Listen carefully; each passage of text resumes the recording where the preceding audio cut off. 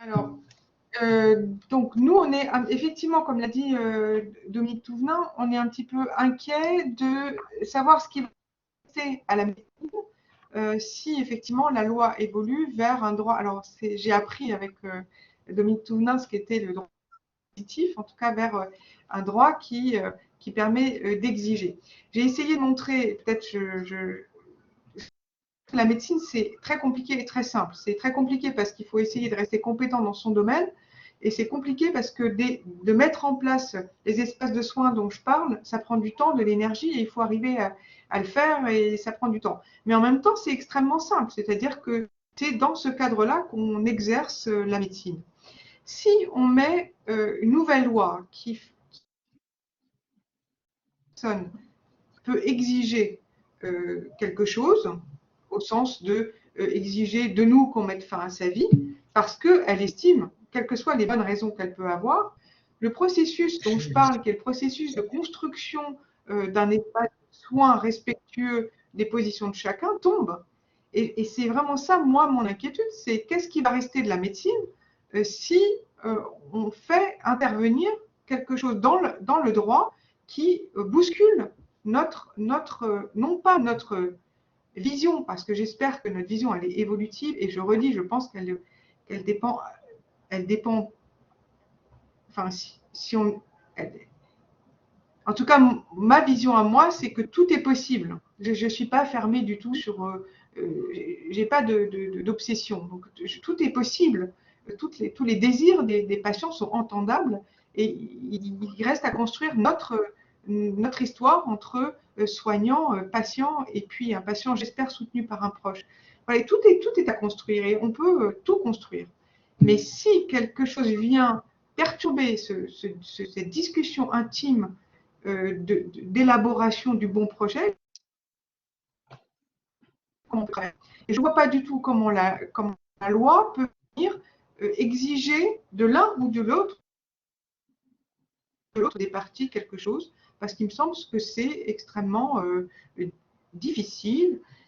Je ne vois pas bien. En fait, je ne vois pas bien qu'est-ce qui restera de mon exercice médical. Alors après, si quelqu'un dit je veux qu'on mette fin à mes jours parce que la vie que je vis est insupportable, et que moi je dis je ne vois pas du tout l'enjeu du soin dans ce que vous racontez, ben, ça sort du champ de la médecine, ou en tout cas ça sort du champ de l'exercice médical tel que j'entends. Et c'est vraiment là-dessus que j'ai du mal à.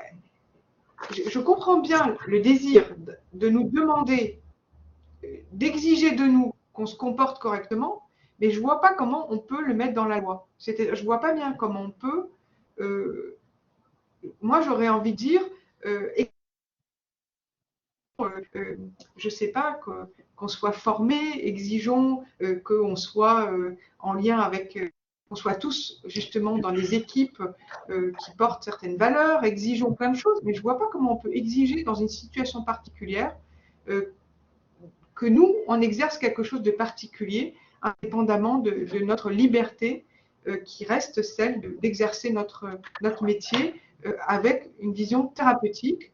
Et dans le thérapeutique, il y a de ne pas être dans l'utilisation déraisonnable, et voire même de ne pas engager les soins, même si ça abrège la vie. Moi, j'ai aucun souci avec ça, et la sédation profonde et continue, j'ai aucun souci. J'ai aucun souci avec rien. Mais je ne vois pas comment on peut mettre ça dans les textes de façon à l'exiger de nous, de façon un petit peu en dehors du contexte qui va être finalement celui dont je parle depuis le début, qui est un contexte de soins évolutifs et de discussion de ce que sera le bon soin pour la personne concernée. C'est ça.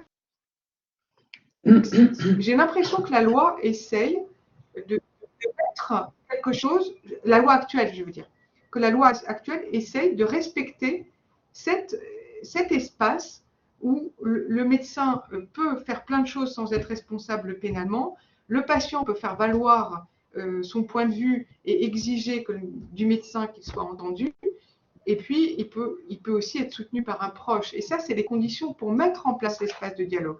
Mais une fois qu'on a fait ça, est-ce qu'on peut aller plus loin? Moi, j'ai peur que ça entrave notre capacité d'exercer notre métier. Et sans aucun dogme préalable sur qu'est-ce qu'il faut ou pas faire dans les situations. Je crois vraiment que je suis assez libre de ce côté-là. Enfin, je ne me sens pas porter un dogme particulier.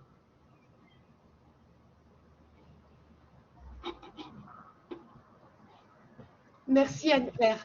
Alors, on traitera les questions à la fin de cette seconde partie, donc je redonne la parole à Fabrice Hill.